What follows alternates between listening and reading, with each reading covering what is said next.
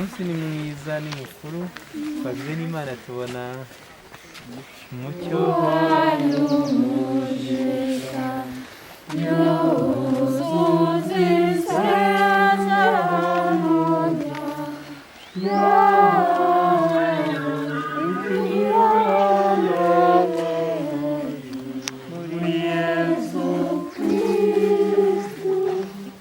Imana ishobora byose niduha umugisha ku izina ry'Imana Data na Mwana na Roho Mutagatifu.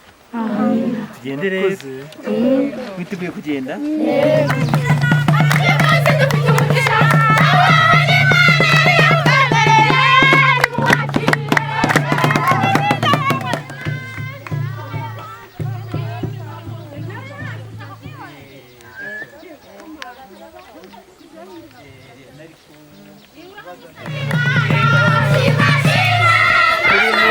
muri santa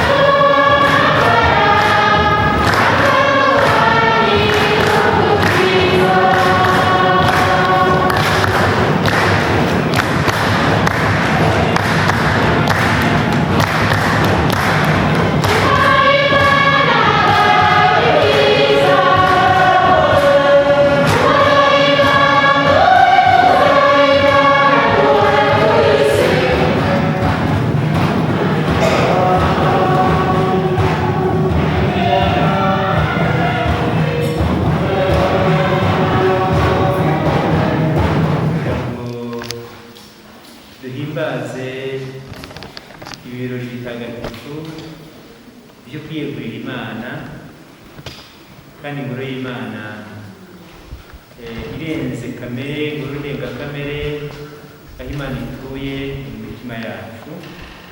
Ni ukuvuga ko rero abakristo ba hano muri isi Krisitari ya Nyaruteja aribo begurira Imana imitima yabo muri iyi kiliziya yegurirwa Imana. Tugiye kubanza gukora umuhango wa mbere wo guha amazi, hanyuma tunayaterwe amazi asukura, aterwe no ku nkuta z'iyi kiliziya nk'ikimenyetso cyo kwakira ubusukurwe mazi turi bwuhagirwe, tubongerera ibyaha byacu kandi twibuka batisimu twahawe. Hakaba kandi ari buterwe ku nkuta z'iyi kiliziya. Tuzirikane mbere na mbere ukwemera n'urukundo ari byo byadukoranyirije hano, kandi ko ari twebwe tugira kiliziya nzima hano ku isi, imenyesha kandi igahamya urukundo Imana ikunda abantu bose. Nyagasani Mana, ikiremwa cyose gikesha kubona urumuri rw'ubuzima, ukunda abantu urukundo rw'igisangirane, ukabitaho kibyeyi, maze kubera impuhwe zawe ubugiraneza bwawe ukabuhagira ibicumuro byawe, kugira ngo wagarure udahwema muri Kristo, we mutwe w'umubiri. Koko rero Nyagasani, kubera impuhwe zawe washatse ko abanyabyaha bazajya basuka amazi atagatifuza, azajya basukura, maze uko kugira uruhare ku rupfu rwa Kristo bigatuma bahinduka ingingo z'umubiri we n'abasangiramurange w'igihembo gihoraho iteka. Tagatifurisha umugisha wawe amazi y'imene, maze namara kudushokeraho no gushokera ku nkuta z'ikiliziya abe ikimenyetso cya batisimu twahawe n'icy'umukiro wacu, kuko igihe twunze ubumwe na Kristo twahindutse ingoro ya Roho Mutagatifu wawe. Twebwe n'abavandimwe bacu bazahimbariza amabara y'Imana muri kiliziya, tube kuzagera muri Yerusalemu yo mu ijuru, ku bwa Kristo